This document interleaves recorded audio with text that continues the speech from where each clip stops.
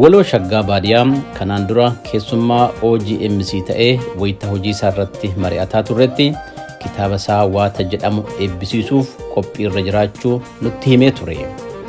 Dameen OGMC biyya Neezerlaand magaalaa Amsterdam jirus eebba kitaaba kanaa irratti argamuuf karoorfatee meeshaalee hojii kanaaf barbaachisu qoqqobee qarqabee imala dheeraa kiiloomeetira 700 ol fagaatu takka jedhee eegalee jira. Gaazexeessaan Muhammad Ahmad.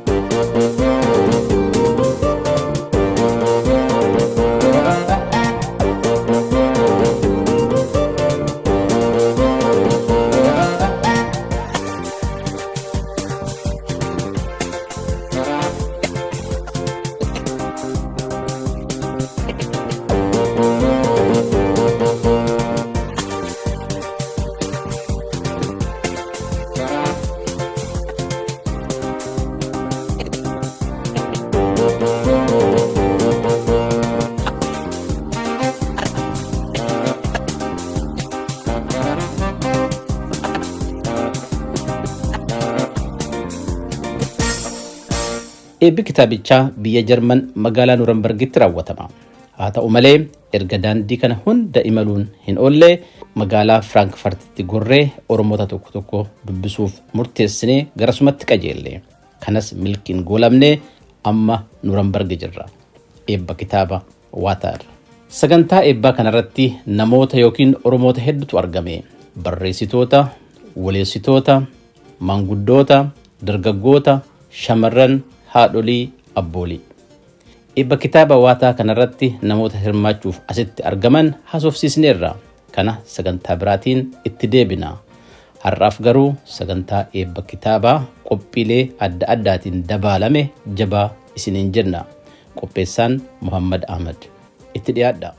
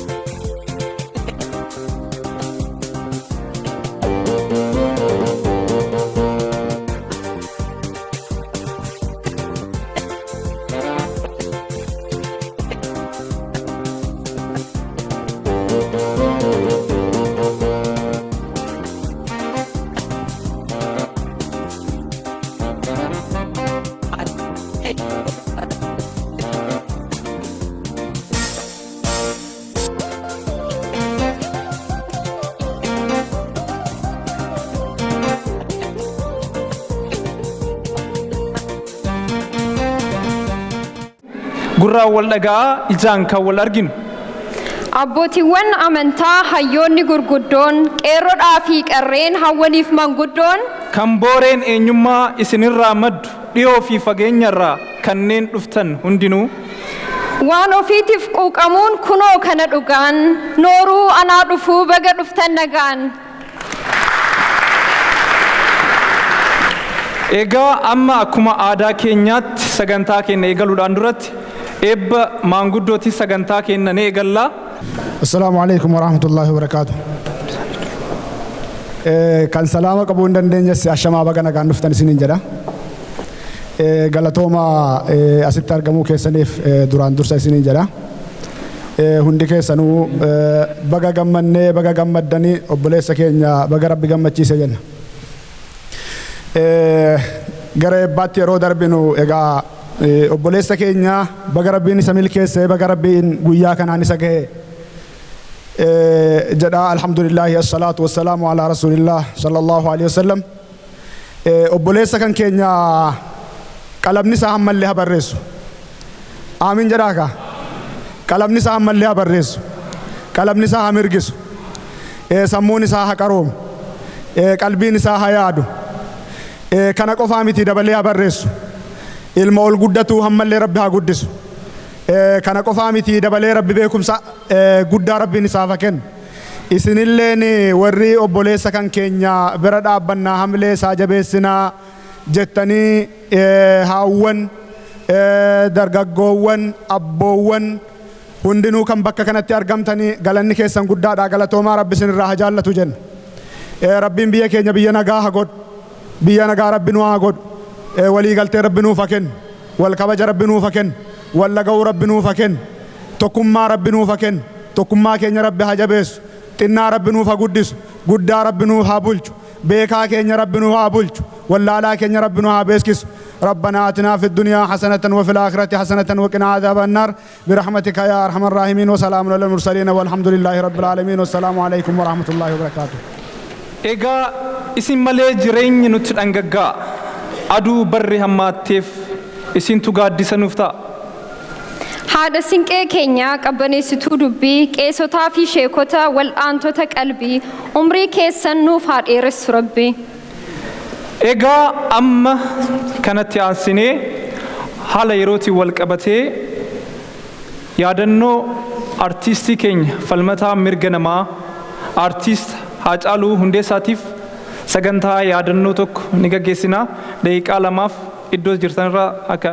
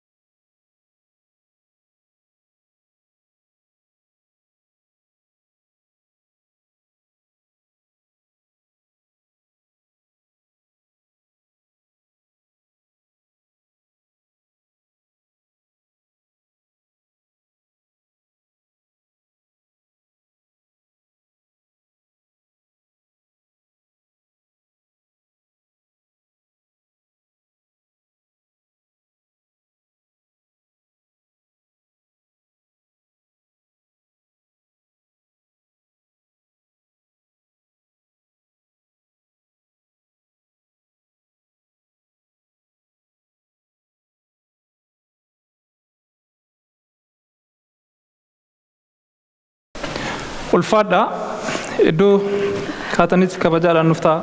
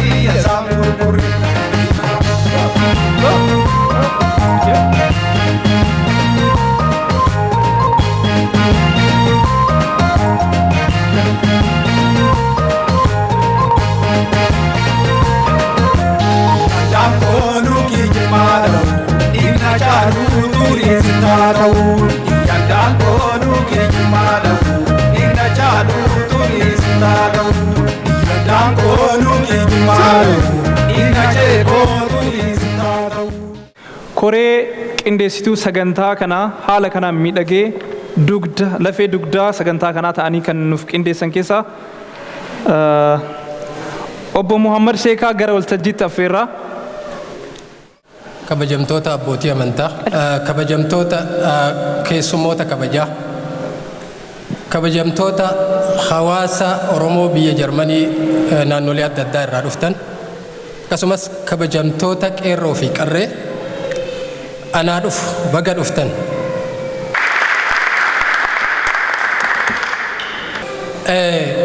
Guyyaan hadhaa kuni guyyaa obboleessa keenya qaroo dargaggeessa lafaa dhufaa hojii aartii afaan Oromoo guddisuu keessatti haala dhiphaa kana keessatti waan isarraa eeggamu godhaa jiru bira dhaabachuudhaaf yeroo ay dhufnu shaggaa baadiyyaa bira dhaabachuu miti. Afaan keenya guddisuudhaaf aartii afaan keenyaa guddisuu bira dhaabachuu jechuun shaggaa bira dhaabachuu jechuun ofii keenyaa guddina afaan keenyaatiif waan nurraa eeggamu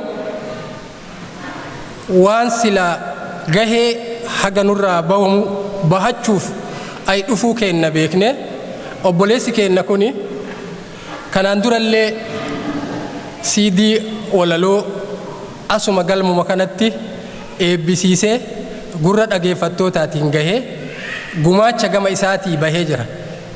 Ammas irra deebi'ee haala dhiphaa kana keessatti biyya kanatti namni hundinuu akkamitti akka jiraatu ni beeka.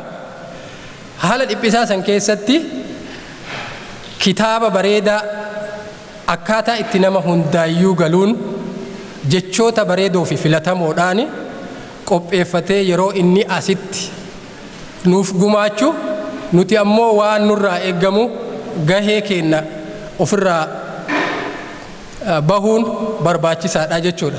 Kanaaf warri bakka kana dhuftanii gahee keessan bahachuudhaaf dhuftanii baay'ee galatoomaa keessumattuu qopheessitoonni sagantaa kanaa warri koree qindeessituu jalqabarraa jalqabee dhimma kanaa fi bu'aa bayii hedduu obboleessa keenyaa waliin bahee guyyaan kunis akka bareedu godhe galatooma ulfaadhaa jechuun barbaada.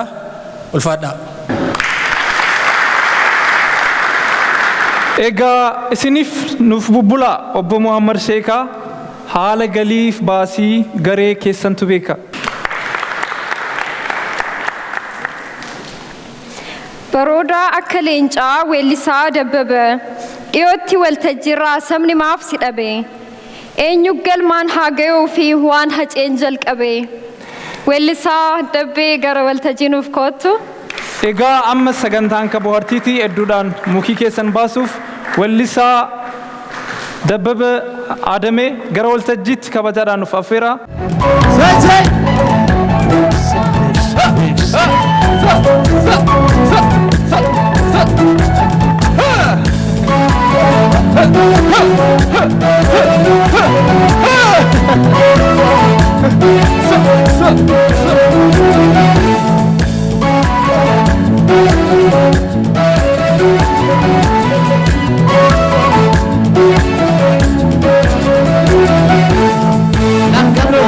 Golaleka tuvada kaloto garabi chuturi dal kaloto garabi fitemase dal kaloto sila kajala dal kaloto walirra pagano dal kaloto jurano vage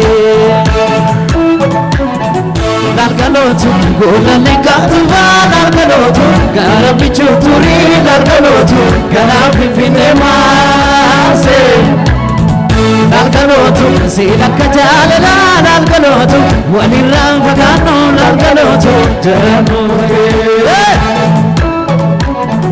digani garasana garadi digamo male nubasan adamale nuakamo male soreti arasore irbani rabusa dabar segani sasigani kangarga nubasan jaraya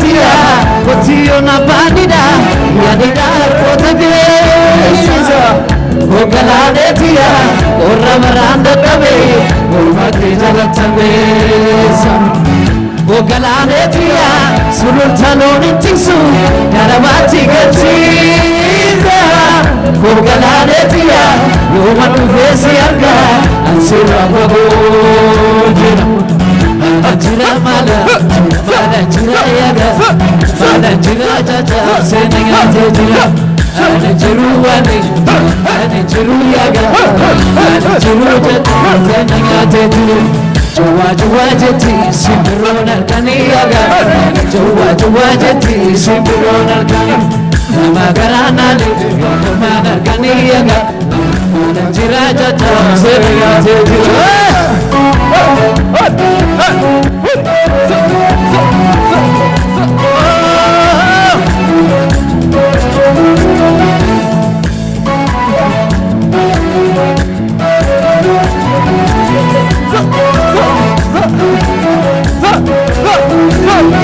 Nalgalotu, gulale kantuba nalgalotu, garabi chuturi nalgalotu, galami bide marse.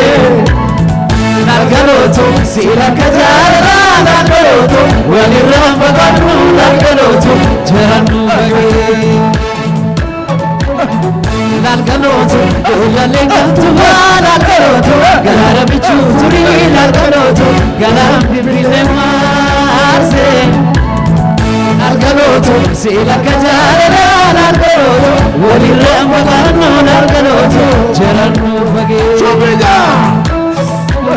Digani garasana garadi gamumale nubasan agambane nuadamo male soreti ana sore erbati rabu sagabai segani gambarge nubasan jarai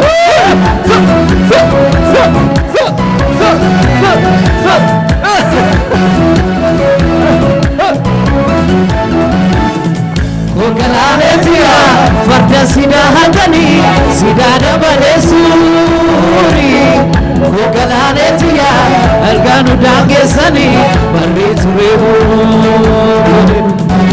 Ogalane tia wadesi jiragubi ambora jalakisa Ogalane tia arrafana jenge siyadu kiyayo Mana na ve yaga Mana na ve jaja Senanga telama Ane jiru wani Ane jiru yaga Ane jiru repu Senanga telulu Jua jua jeti Simbiru narkani yaga Jua jua jeti Simbiru narkani Nama garana le Yoma narkani yaga Ana jira jaja Senanga telulu Ala jira mana, ala jira yaga, ala jira jaja, senega jira.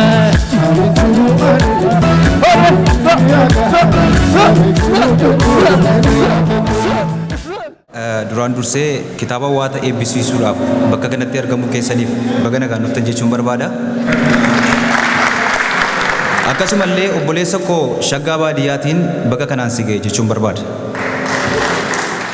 Suutuma dhaqxi kocaan utuma tirattu morma dheeratti malee bosonuun cidhannattu waan nabee hin beeku kan waan qabu hin hubatin rabbiin qaccee dheeraa nuuf laatee nurraan fudhatini warra nagaaf jaalalaa qabu ilaalcha addaa warra uumaan tolche warra qe'ee guddaa warra uumama maraaf qabu duudhaaf aadaa bu'uura dimokiraasii warra sirna gadaa warra gaafa kolfaa wal bira dhaabbatu kan rakkoo fi bal'oo wajjiniin qooddatu tulluu qaxxaamuree kan waliif birmatu abdii dhaloota boruu dammaqoo saba koo jecha kamiinan ibsa isiniif jaalala koo warra garaa keessatti hin qabne garaa lamaa warra yoo bishaan jedhan aannan hiitatu namaa warra nama jaallannaan of hin ilaallanne warra xiiqii arginaan lubbuu isaan jaallanne qaccee kafana koo oromoota jarmanii hedduu isinitti gammadeera'anii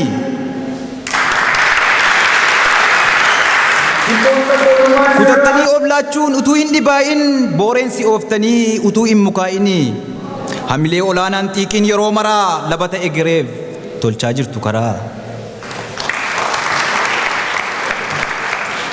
Fayyaa fi nagaa waliin umurii dheeradhaa bubbulaa jaaraati kitila jiraadhaa isinin jaalladha.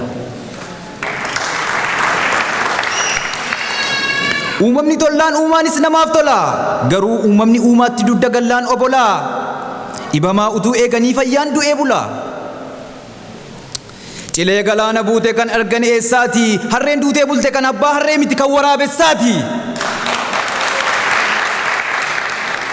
Egaa imala daandii dheeraa baatee fiigu kaayyoo jaarraadhaaf kan jiraatu kan hin qabne laayyoo qabiyyee dachaa kumaata mudanuu gudunfaan jalqabaa tarkaanfiin itti aanu. Akka ajaa'ibaatti mijuun tolee firaa har'a dhangaa guddaatu gidduu keenya jira. Ilaamee jarana siidii tokko eebbisuuf guutnee galma kana waan jenne yaadattu bara darbe sana. Hibboo deebii dhabeen deemsa itti fufee ilmi sabaa ammas waata fidee dhufe.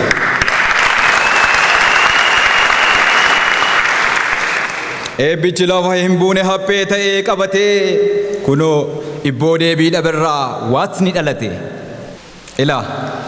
Ilaamee jarama utuma dubbannuu tokko lama jennee nagaas hin daganne abbootiin keenya akkanaan yeroo yaa'ee wal argu nagaa utuu wal hin gaafatin dhimma biraatti hin darbu. Jaalala keessa isaa waliif ibsuu fedhee nagaa wal gaafata kunoo akkas jedhee. Ijoolleewwan kan kee akkam jajjabaatu wal argaanuu ni bee foggabbaa ishee nyaatu. Ameessi kaloo dheeddee nagaan baatee galtee guuttee rimaa fuutee ilmoo gaarii dhaltee. Jabbiinis burraaqxee itti tolee boontee kaanoo hormaataaf taatee kaanoo geessee qottee. Ollaa kee abbaa baluu tokko dheengaddan micheessiti mogolee isaan buuftee midhaan itti hadheessiti. Jedhuu hubatteetta amma wayyaa fi aabbee garaana nyaata beektaa gaafas jarjareen darbe. Jedha yeroo wal argee tooraan eegalu haasaa maatii hanga waatiitti ollaa hanga biyyaatti nagaa walitti kaasaa sana booda waan garaasaa hiikee walitti yaasa. Nus waan abboonni keenya nuuf kaan kaleessa qonnee hin awwaallu ni mul'ifna maleessa. Anis hin daganne xiqqaaf guddaan martuu ashamaa harka fuune attam nagaa jirtu. Ishoo baga jiraattan jiraadhaa boriftaanu nuti simboo waliiti nuyi kan walitti aanu. Gaddas ta'u gammachuu wajjiniin qooddanna walitti dhaanamnee walitti waamamna. Nus walis uumamne wal biraas walirraas hin hafnu rakkinaaf bal'ina gaddaa fi gammachuu adda addatti hin qabnu. Utuu akka fakkeenyaatti michii wayii si dha'e sittuutti tolee gammaddee hin bultu ta'e iddoo keenya dhukkuba ani sirrafuu danda'e. Utuu iji kee lamaan imimmaan roobsaa jiru ani immoo ilkaan yaasee kolfuu hin danda'u yaa tiru. Yeroo yaadni isin jeequ anas yaadatu jeeqa karaa ati qaxxaamurte foolii fuudhee tan beeka. Wanti isin gaddisiisu anas na gaddisiisa wanti isin gammachiisu anas na gammachiisa. Yeroo isin kuftanii cabdan anas qarxamiin caba kanaafan isin jaalladhee akkan isiniif ta'uu dhaba. Kanaaf lammiin kan koo akkas na marartu isinitti hin bu'in hamaan kan addana jirtan martu.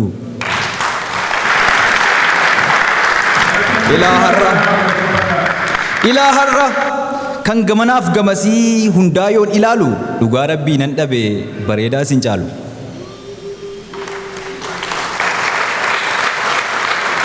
Simboon sabboonummaa isinirraa hanga'a fooliin oromummaa isinirraa urga'a.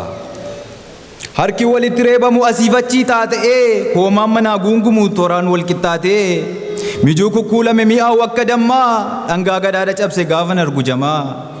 Waltajjii kakawwisu aartiidhaan dhangi'ee jarman miti oromiyaa waanan jiru nofse. Waltajjii kakawwisu aartiidhaan dhangi'ee jarman miti oromiyaa waanan jiru nofse. Ilaa koora sabboonummaa ittiin of madaaltan daawwitii boriftaanuu keessatti of ilaaltan dhangaa diinqa guutuu aartiidhaan kuulame gombisaa afoolaa barootaaf kuufame of keessatti hammata dilbiin kitaaba waataa. Egaa maarree isinis tulluu qaxxaamurtanii kan kooti jechuudhaaf ebbaaf erga dhuftanii seenaa fi yaadannoo namaaf ta'a obbolaa hundinuu kitaaba tokko tokko bitadhaatii galaa. Maalummaa waltumsuu bilcheessee hubatee kitaaba tokko tokko hundinuu yoo bite yeroo walitti dhufu guddaa ta'uu mala kun immoo barreessaadhaa fi hamilee dabala.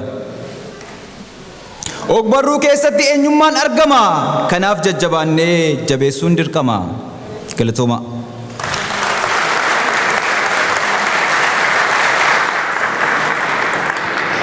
Suuta jedhi ilma koon akka kufeen cabnee fi didee utaalee kufee akka du'een bannee fi guddaa jalaa owwaatee ilma eebbaa akka ta'uuf eebba kudhaamatee bakka hawwee akka ga'uuf eeyyeen ilma seexaa qabu kan booreef jiraatu naafis siifis nuuf rabbi haalaatu. ilmi abbaa hin caalle qalqala midhaan baatu yetaa baatu.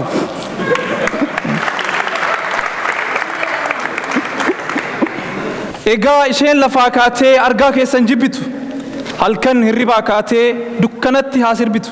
Eeyyeen inni dhara funaanee isin hammeessu dabaan surreen irraa bu'ee ittaa kolfu gabaan. Hojiin kooti jedhee inni isin lafafu guyyaa adii saafaan baabura keessa haarafu. Eeyyeen yaadannoon bor iftaanii jireenya har'aati lama hin deebituuf yaadannoo namaaf taati. Egaa amma kanatti aansinee sagantaa keenya gara walakkeessuutti deemna. Sirna eebba kitaaba Waataa jedhu kan adeemsisnu ta'a.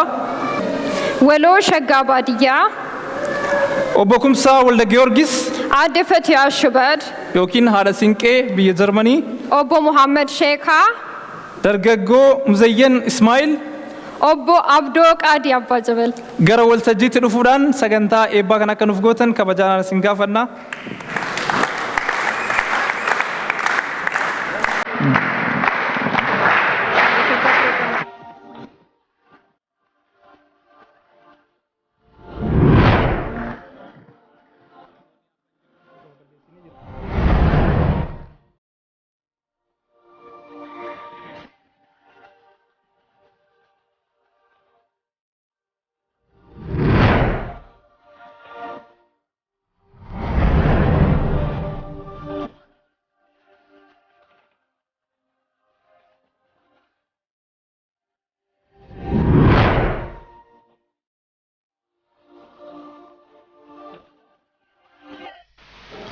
Maaliga aariin irraa qabdu moo?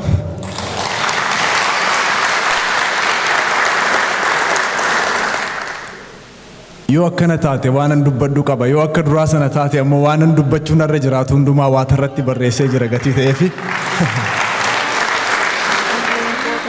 Egaa ashama kabajamtoota abbootii amantaa, kabajamtoota jaarsolii biyyaa fi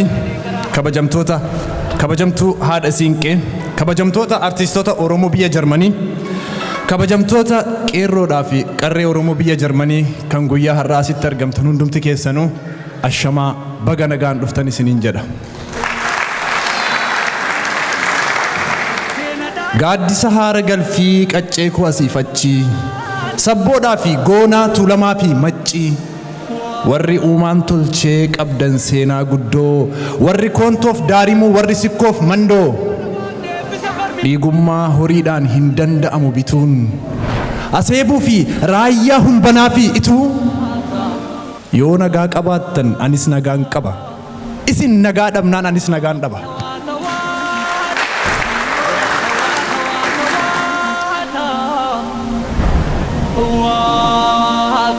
Warri kamiseef baatii Oromoonni walloo, ciroo hamma dirree warri afran qalloo, warri Awaash gamaa Fantaallee Karrayyuu, onni irraa fudhadheen isin yaada hardhayyuu, warri Jahan Bachoo Jiilleedhaa fi Galaan, karaan fagaatullee isin bira garaan, garuu fageenyi hin ittisu Oromoon tokkuma, nagaan keessan kooti attamii naguma.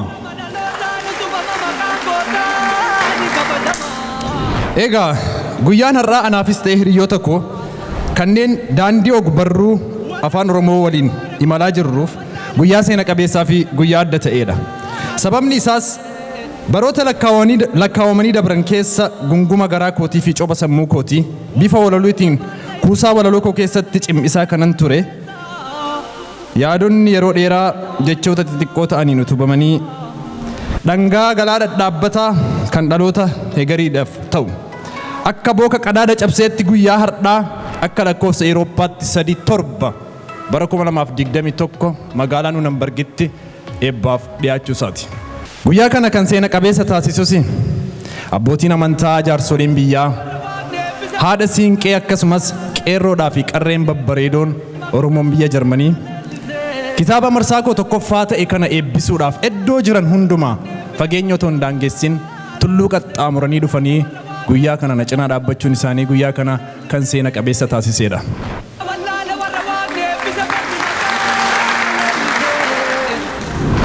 Egaa guyyaan har'aa kun anaaf imala daandii ogbarruu afaan Oromoo irratti guduunfaa fi xumura hojii koo marsaa tokkoffaa ta'us garuu hojii koo marsaa lammaffaa itti aanuuf jalqaba akka ta'e gamanumaan isin beeksisa.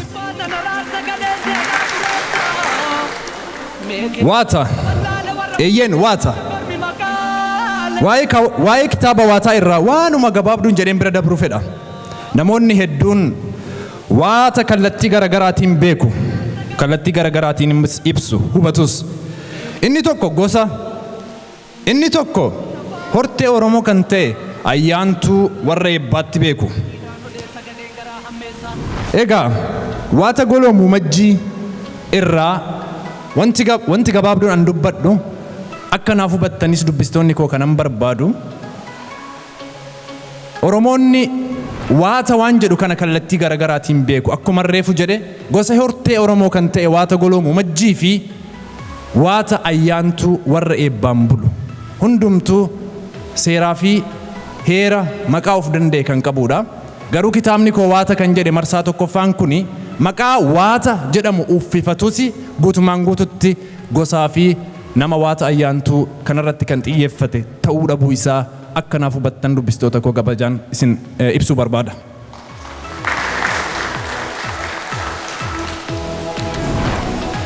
Waltajjii kanarrattis kanan jechuu barbaadu guutumaan guututti kitaabni koo waata irratti kan xiyyeeffatee guutumaan guututti barraa'e jechuu qofa otoo hin taane kitaabichi waa'ee waataa gadi fageenyaan ibsuu baatus garuu seensarratti waa'ee waataa fi dhufaatii waataa gabaabinaan kaa'eera. Gadi fageenyaan waa'ee waataa ammoo kitaaba marsaa itti aanuuf waanan qusadhe qaba. Sanas akka abdiin na eegdan kabajaan isin gaafadha. Waata namoonni hedduun maaliif waata jette? Waatni immoo maali? Gurbaan kun maaliif waata jedhe gaaffii itti ta'ee na gaafachaa turtani. Kan kanaan dura na gaafattanis kan amma booda na gaafachuu eddaniifis waan gabaabduu tokko lama jedheen dabruu barbaada. Waata wantiin jedhee fi waatu bade. Waatatu dhugaadha. Waatatu safuudha. Safuutu immoo safeeffata cabe, gadaatu immoo milkii dhabe. Kanaafan waata jedhe. Eebbatu gabaabbate, abaarsatu dheerate. Kanaafan waata jedhe. Beekatu beekumsaa wal dhabe, hayyatu hayyutti dabe. Kanaafan waata jedhe. Ammas waata. Nama waatni abaaretu teessumatti ol ba'a. Uumaadhaa fi uumamni eessaan nagaa ta'a. Hamma ilmi eebbifamaan teessumatti ol ba'u biyyaa miti firaa bineensuu nagaan ta'u. Yaaddoo fi gadadoon guddatee ol siquun guyyaadhaa guyyatti dhiigni dachee dhiquun samii mucha gu'ee rooba irraa dhabuun sanyii facaasanii makaruu dadhabuun sababni isaa maali kan jennu yoo ta'e waatni ulfina dhabuutu kan kanaan nu ga'e. Hamma taabuun beekee waataaf ulfina laatuu biyyaa miti biyyeenuu abadan nagaan taatu.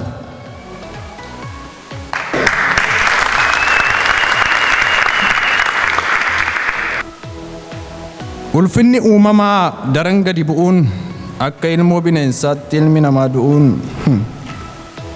du'anii awwaalcha dhabuun badanii barbaacha dhabuun dhugaan ulfina dhabuu irraa kan madde kanaaf qe'een meeqa hongee beelaan badde biyyi faara tolee waataan hin qajeelin samiirraa ufumaa rooba hin qajeelin yaadamuu caalaa dagatamuu marguun guddaa kabajni maluuf dukkanatti darbuun ijaaruun salphaxee diigiin immoo dagaaguun hatti jiiga'amee dharri wal hanqaaquun hayyuun bu'aa buusu suuqatti gaadi'amuun gadaan gadadoodhaan qa'ee ari'amuun gaariin gatii dhabnaan badiif daandii tolchuun bokkuun otuu jiru uleedhaan wal bulchuun utuu nyaatanii beela'uun namni bineensomee jeeja'uun gammachuun fagaachuun gaddaaf gadadoon baay'achuun fira koo dhiiga koo waatatu ulfina daaree imimmaan buusee abaare. Kanaafuu yaa biyyaa kanaafuu yaa sabaa kabajni ulfinni waataa bakkatti deebi'uu qaba. Mee isinumti yaadaa kun soba qabaare? Meerree qotee bulaan gombisaa ijaare? Qabnaa wanta beeknu yaada waliif hiruu qotee bulaan gabaadhaa midhaan bitaan jiru? Daldalaan dur daldalee bu'aa meeqa argatu? Har'a meeqatu kasaaree kan harka namaa eeggatu? Barataan dur baratee gaachana sabaa ta'u kanarra oliif gadi ta'e manni halakkaa'u. Utuu waatni dhoowwee dhiisaa jedhee kadhatu daandii sirrii dhiisanii qilee seenuu filatu. Utuu waatni fuulleetti waan meeqa akeeku cirracha facaasanii taa'anii biqila eegu. U'uu jedhaniyya. U'uu jedhaniyya na gargaara jamaa. Rakkoon saba gaaga'e eebba waataa hajama. Dhiltee dinnaa dhiltee dinnaa dhiltee dinnaa dhiltee dinnaa lafti si dhaga'i gadaan si dhaga'i yaa agabbisi gadaan hulluuqsisi haa jedhu waatni carraan kennameefi kana ta'uu baatu gadaan hamtuu hin caamtu.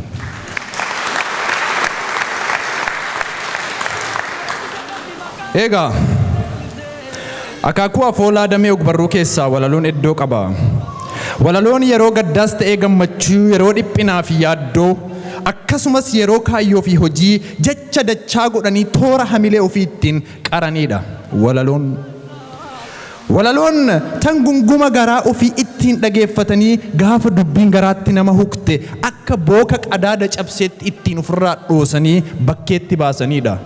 Walaloon. Egaa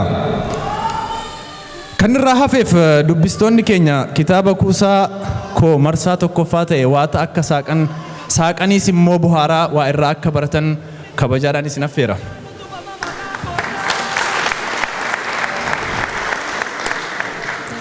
Kanatti aansuudhaan kitaabni kun miciree yaada ganamaa irraa eegalee gulaalamee kitaaba ta'ee hamma xumura maxxansa isaatti namoonni nafaana turan hedduudha.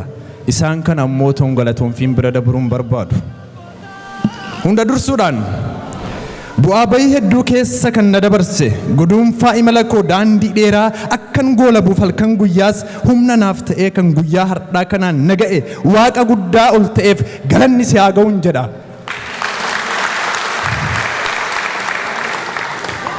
Itti aansuudhaan haala rakkisaa keessa taa'ee fageenya otoo hin daangessin dadhabbii koo dadhabee kitaaba kana bocee gulaaluudhaan kan na faana ture barataa muummee afaanii kan ta'e yuunivarsiitii Finfinnee irraa hiriyyaa koo Waloo Huseen Dabalaa galatoonfachuu barbaadana galatoonfadhaa.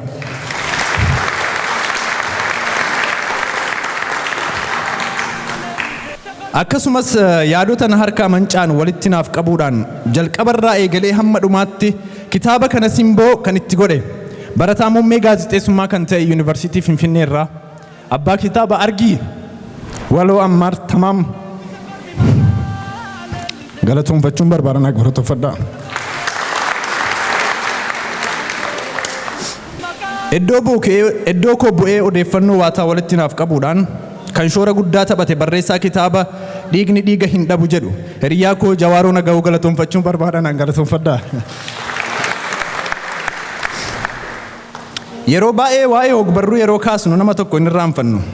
Isheenis haadha walaloo kan taate seerluga jechootaa fi sirna tuqaalee akkasumas kitaabni kun akka kitaaba ta'uuf yeroo ishee naaf laattee kitaaba waata jedhu kana kan gulaalte haadha teenya aadde Makiyyaa Abdullaahi naaf galatoonfadhaa.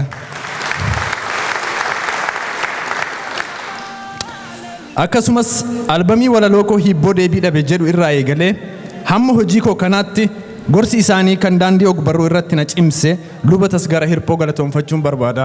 Naaf galatoonfadhaa.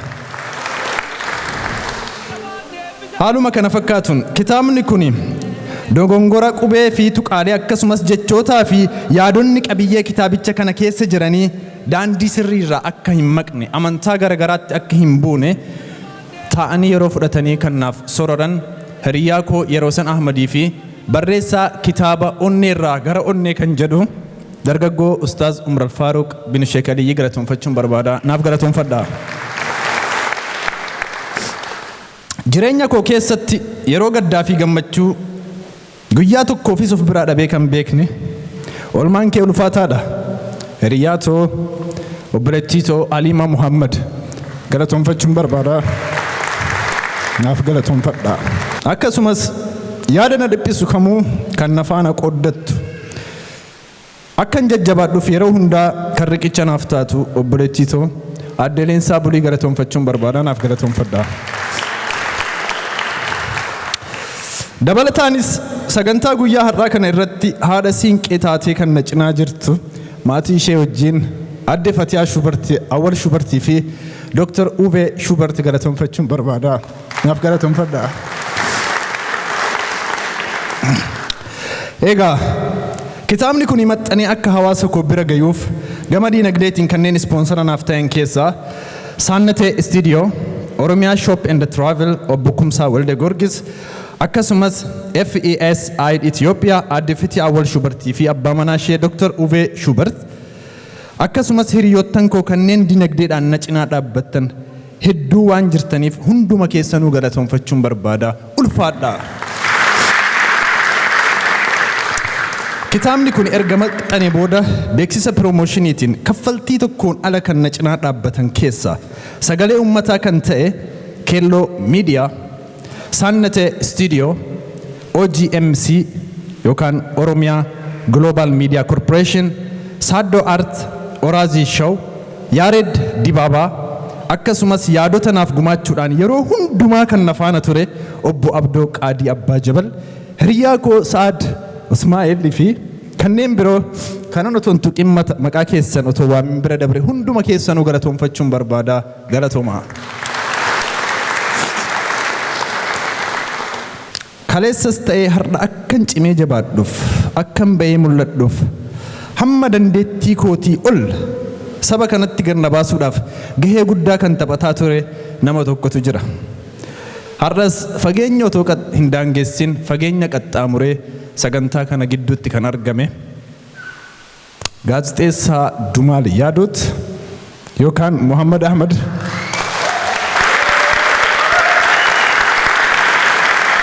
galatoonfachuun barbaada. Naaf galatoonfadhaa. Akkasumas fageenya irra taa'ee yaadaa fi hamileedhaan akkasumas kallattii hedduudhaan kan na cimsaa ture guyyaa har'aa kana innis fageenya dheeraa qaxxaamuree kan dhufee gidduu kanatti argame obboleessa keenya Yaared Dibaabaa galatoonfachuun barbaada. Naaf galateeffadhaa. Milkaa'ina sagantaa kanaatiif dadhabeera otoo hin jedhin dhimma koo dhimma isaa godhatee kan na faana dhama'aa ture hiriyaa koo Saaddoo Abdul Jaliil ulfinni kee oolmaan kee guddaadha. Ulfaadhu.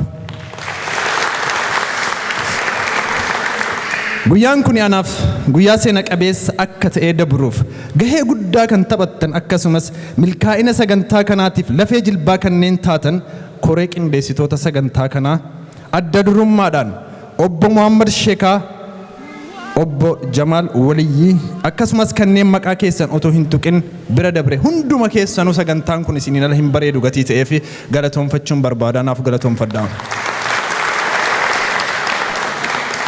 Dhumarratti erga waan hundumaa dabre guyyaa har'aa kanaaf har'a gahe isin ala guyyaan kun guyyaa ta'e hin dabru gatii ta'eef hawaasa koo Oromoo biyya Jarmanii hunduma keessanuu galatoonfachuun barbaada. Naaf galatoonfadhaa.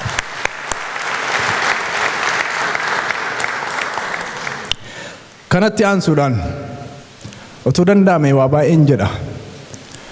Garuu waan silaa jechuu qabu na hundumaa kitaaba Waataa irratti barreesseera. Maal dubbadha? Yaadannoon kitaaba kanaa bara dukkanaa, bara dhiphinaa, bara hawaasa Oromoo biyya alaatii fi biyya keessa jiran hundumaafuu bara hamaa kan ta'e bara 2020 haa ta'uun jedha. Itti aansuudhaani qaalii namaa kan humna diinaatiin of harkaa dhabne artist Haacaaluu Hundeessaatiif yaadannoo naaf haa ta'u.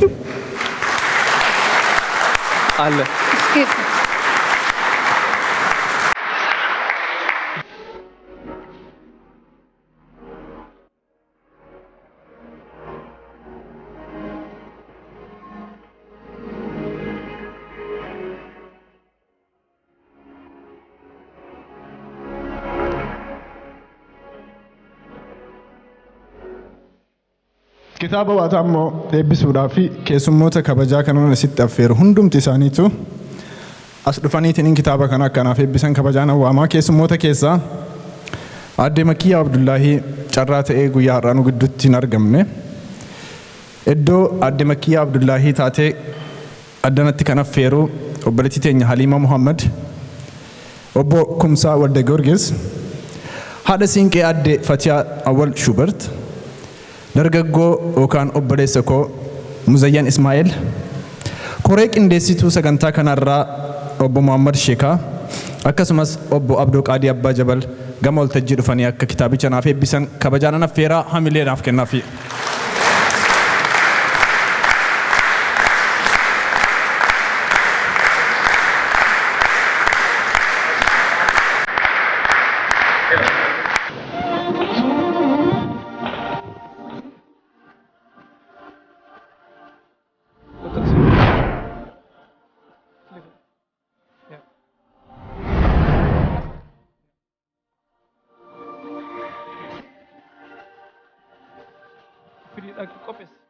Dem geras.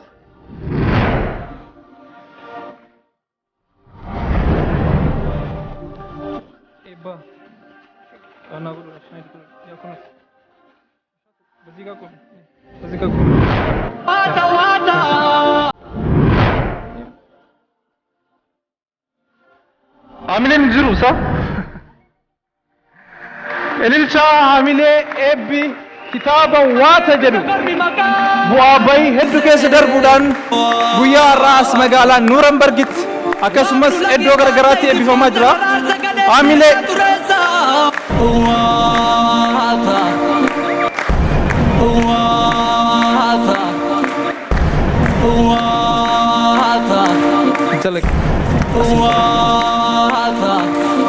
Hamilee hamilee egaa amma qophiin kennaa akkuma itti fuftitaa namoonni eebba kitaaba kanaa nu gootan gara teessuma keessanitti kabajaadhaan isin affeerra. Galatooma, galatooma, galatooma, galatooma, galatooma, galatooma, galatooma, galatooma, galatooma, galatooma. Deemsa jilbeetti kaleessa daguun dukkanaan gaaga'ee. Oromiyaa irraa kan dhufe ijoollee jajjaboo qabna kan bahes kan hin bahinis jechuudha. Warra as bahanii mul'achaa jiran keessa amma fakkeenyaa fi waloo shaggaa baadiyyaa nuti biyya addunyaa irratti beekamte waan hin qabneef yookaan sabni keenya aadaan keenya afaan keenya biyya Itoophiyaa jedhamtu sana keessatti waan awwaalamee turee fi malee silaa eebbi kitaaba Waataa ka amma Oromoodhaa fi hin taane Hagar Fikir Tiyaatir, Beeraawi Tiyaatir maal jedhanii ka walaloo afaan Oromoo waan hin taane qofaaf sadarkaa guddaadhaan eebbifamu sana caala ture. Hundeeffama OMN waggaa tokkoffaa fi osaan Awurooppaa yeroo jalqabaaf sagantaa kan dhiheesse jechuudha. Yeroo sanatti pireezidaantiin Osaa Jawaar Mahammad ture. Achirratti qeerroon jabaan tokko gadi bahee walaloo tokko dhiheessee ummata baay'ee dinqisiifachiise. Kunis waloo shaggaa baadiyyaati. Walaloo isaa gaafasii namni hin dhageenye jira hedduu ajaa'iba ture. Waltajjii keessa nama 2,000 fa'itu ture. hedduu namatti tola. Egaa guyyaa sanaa kaasee biyya kana keessatti sochii inni godhaa jiru waa'ee qabsoo Oromoos ta'ee dhimma aadaa fi artii Oromoos ta'ee shaggaan waan godhaa jiru isinitti himuu isinuu ni beektu. Galatoma, galatoma, galatoma, galatoma. Ilma aadaa keenya eegaa seenaa keenya kallacha tokkummaa hundee bilisummaa afaan Oromoo hundee Oromummaa afaan Oromoo hundee Oromummaa gurratti mi'aawa yaa'aan sagalee qincerracha bishaanii baay'inni jajjabee gurratti mi'aawa yaa'aan sagalee qincerracha bishaanii baay'inni jajjabee warra fidammaqsaa weedduuf walaloon kee lakkaawamee dhuumuu hiikuuf mammaaksi kee walba yaadachiisnu jechoota adda addaa Hakatan siyaasa fi herrega galma aadaa keenya eegaa seenaa keenya kallacha tokkummaa hundee bilisummaa afaan Oromoo hundee Oromummaa afaan Oromoo hundee Oromummaa. Gurratti mi'aawa yaa'aan sagalee qincerracha bishaanii baay'inni jajjabee gurratti mi'aawa yaa'aan sagalee qincerracha bishaanii baay'inni jajjabee warra fidammaqsaa weedduuf walaloon kee lakkaawamee dhuumuu hiikuuf mammaaksi kee walba yaadachiisnu jechoota adda addaa itti haa barannu siyaasaa fi herrega galma aadaa keenya eegaa seenaa keenya.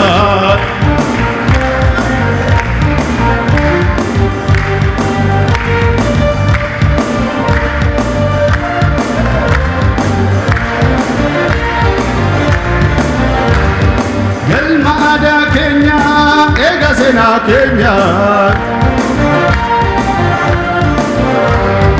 Kallacha tokkummaa hundee bilisummaa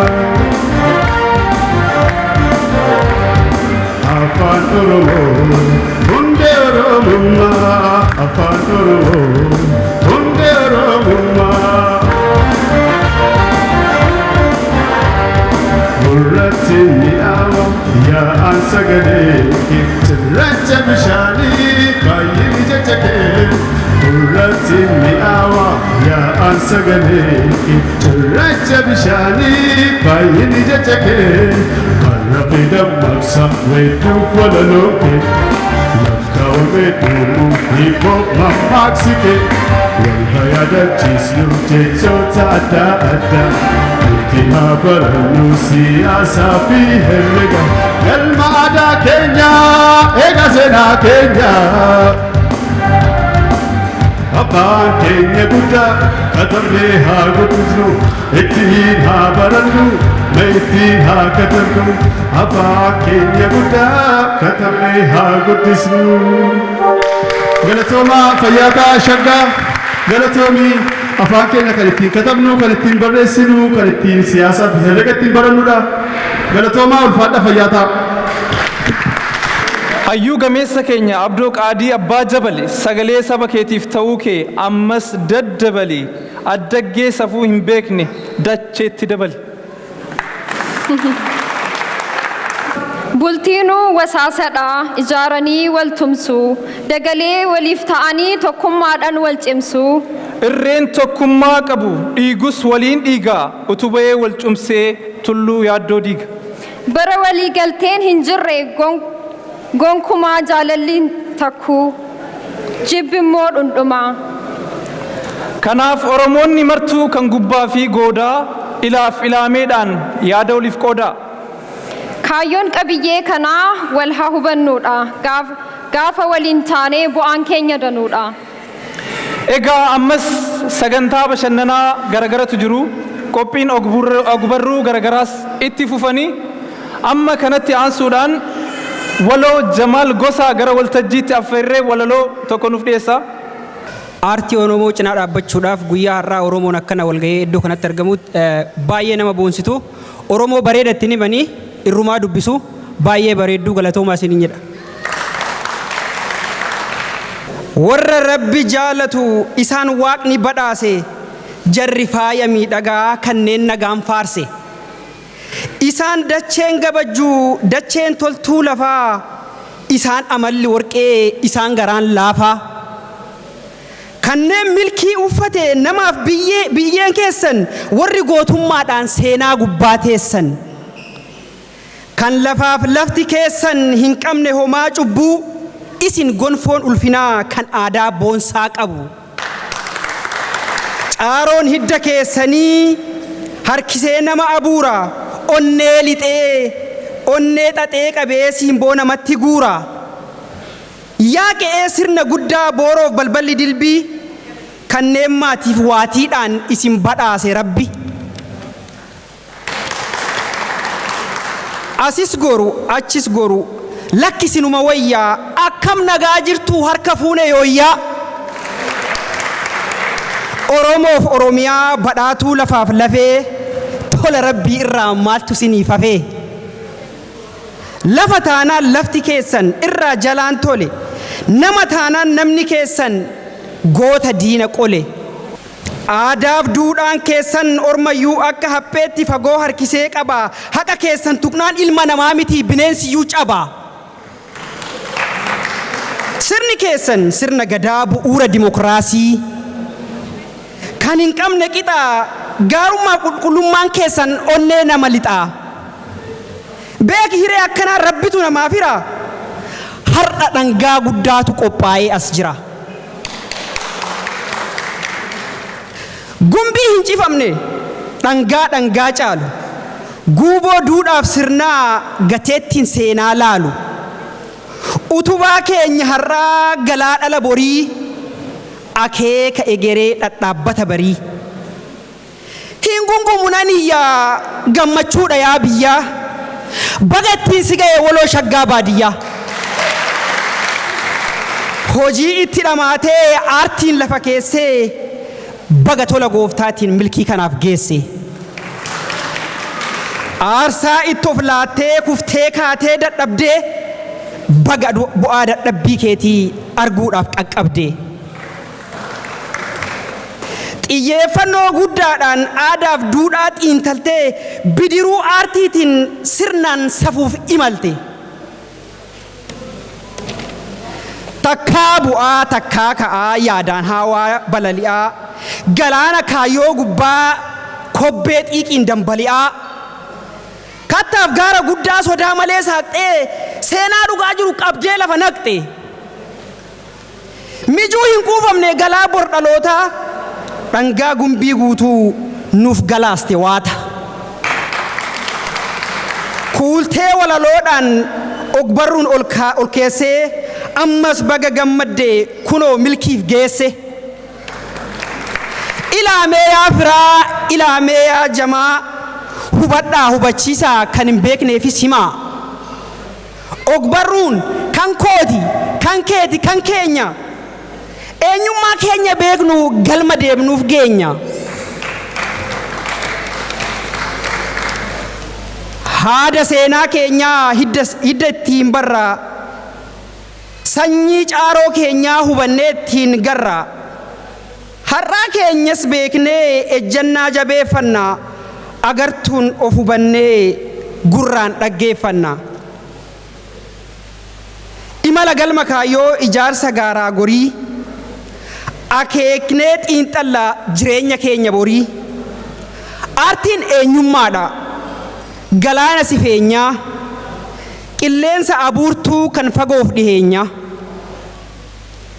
Kan wallaalaaf doofaan irraa ittiin caalan daawwitii jireenyaa keessatti of laalan jabinyi dagaaginni guddinni ogbarruu ta'uunsaa ifaadha bu'uura of baruu dhaloota boriitiif farda galaa baachisan xiyyaara qaroominaa koochoo dachaan kaachisan burqaa dhuka ofii keessaa waraabbatan gombisaa gurra ofii keessaa hammaarratan aartiidhaan of dhagahu waamanii of argu kan citaan oolteef bultee lalisee ittiin margu ogbarruun adda dureedha saba tokkoof fakkeenya kooti keeti ammas ogbarruun kan keenya nuti gahee keenya fidee itti bubuusaa dirqamni keenyaadha nutuusa kunuunsa aartiin nu'iif jira nuti isaaf of qabna hunduu tokko taanee aartii keenya ol qabna afaan oromoo koo aadaa oromoo koo seenaa oromoo koo guddiseen addunyaatti achi baasa anummaa ormaa kuffiseen aadaa lammii koo alaabaa lammii koo ol kaasa osoo hin du'in otuun lubbuun jiru seenaan oromoodha akkamitti kufa seenaan abdii saagaa seenaan taaddee birruu seenaan dhugumaa jaldeessoo seenaan Haacaaluu Hundeessaa seenaan dhugumaa jireenyaa seenaan Alamuu Qixxeessaa seenaan Abishee Garbaa seenaan Hayilee Fidaa kan hin maqaa isaanii yaameen fixne seenaan gootota Oromoo hundaa seenaan Waaqoo Guutuu seenaan Eebbisaa Addunyaa kan galmeen qabsoo hin daganne seenaan qarreef qeerroo keenyaa aadaa oromoodhaa natuu lafaa kaasaa seenaa bu'aan qabne aadaa bu'aan qabne natuuf duuba deebisaa hogbarruu oromoodhaa natuu fidee dubbisaa waata dhufee as jiru ammarraan bitee dubbisaa galatooma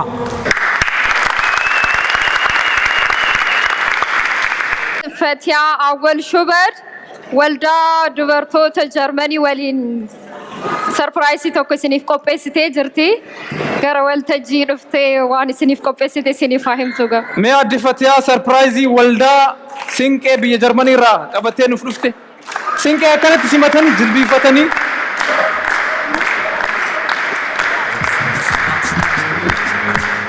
Galatoma, Galatoma, Galatoma, Galatoma, Galatoma, Galatoma, Galatoma, Galatoma, Galatoma, Galatoma. Deemsa jilbeetti kaleessaa daguun dukkanaan gaaga'ee.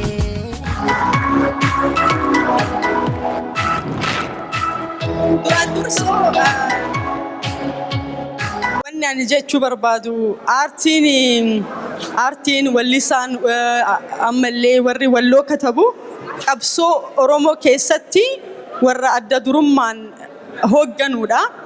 Garuu kana hin beekneefi nuti isaan sammuu isaaniitiin katabanii ummata barsiisan, ummata leenjisan, aadaa dabre garsiisan waan mirga kennaa fi dirqama kennallee nutti himan katabbiidhaan jechuu waan sammuu isaanii keessaa burqanii fidan nuti ammoo wanni nurraa eeggamu isaan jabeessu isaan hamilee itti kennuudha.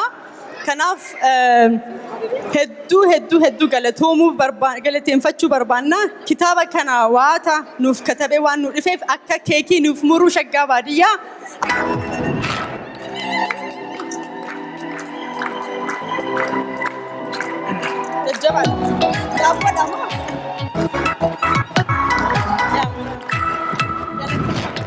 Galatoma hagesuma ililchatani.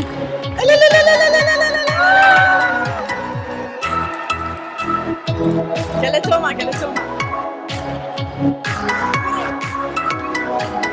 Ayye. Eebbisu akka gaariin danda'u bunaa fi nagaan dhabinaa. Atis sammuu kee Rabbi haa daraarsu. Jabaadhu itti fufii nuti yeroo hundas wajji jirra. Waldaan dubartoota Jarmanii si wajji jirti. waltajjii kana bareechuu irratti illee waldaan dubartoota Jarmanii isaantu waan guddaa godhee jira. Dubartoota hunda galateeffachuu barbaada. Galatooma. Galatooma ulfinnaan gara waltajjii iddoo teessuma keessaniitti nu deebi'a. Ulfaadha. Galatooma. Galatooma. Galatooma.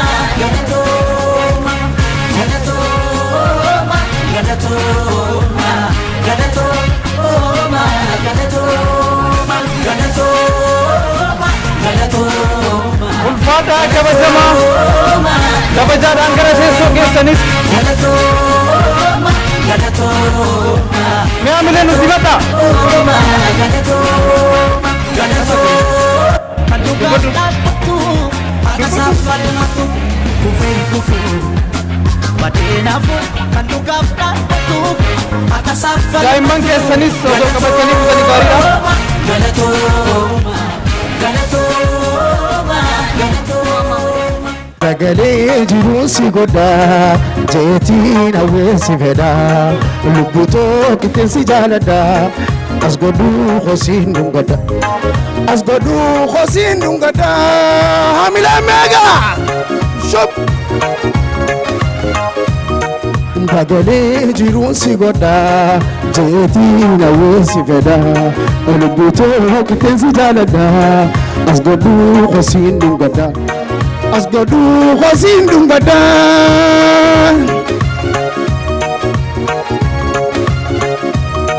warri keessan si leellisa guddannaa si eegana kan odeeffannoon hin dhagine si gurgurachuun mallaqaan anqarshiin qabu qulqulluu jaalalaatiin qaba mallaqaaf anwariin qabu qulqulluu jaalalaatiin qaba mallaqaaf. Meegaa hamileen haay maaliif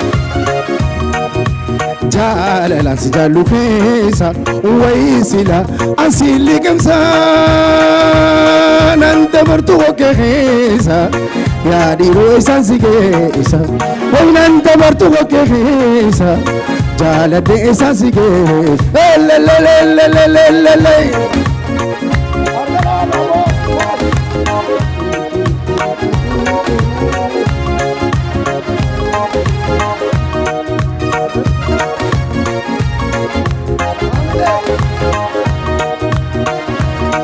Sagaleen jiruun si godhaa jeetiin hawweessi fedhaa lubbutoo qixxeensi jaaladhaa as godhuu hosiin dhungadha as godhuu hosiin dhungadha.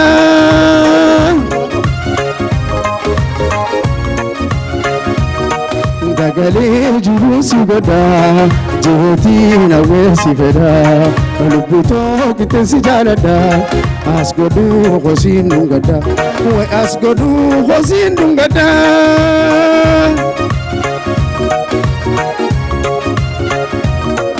Ifirraas hin jaallu ati ansirraas namuutu hin jaallu kuttee lubbuutiin si fedhaa keessa koo yeroo madaalu warra keessa meenaan asiis akkaan guyyayyuu si ilaalu warra keessa meen agarsiis akkaan guyyayyuu si ilaalu. Hey! Aboo!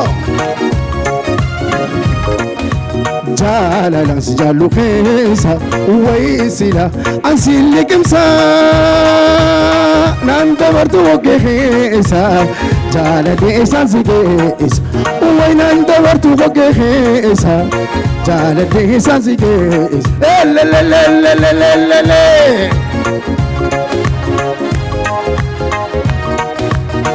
Hamilee maal haftan gaa barcaan akkana nama godha.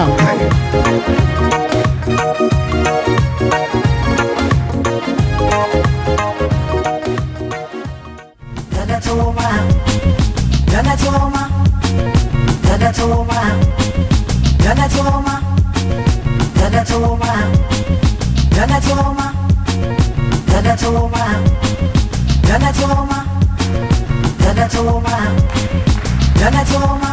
Deemsa jilbeetti kaleessa daguun dukkanaan gaaga'ee.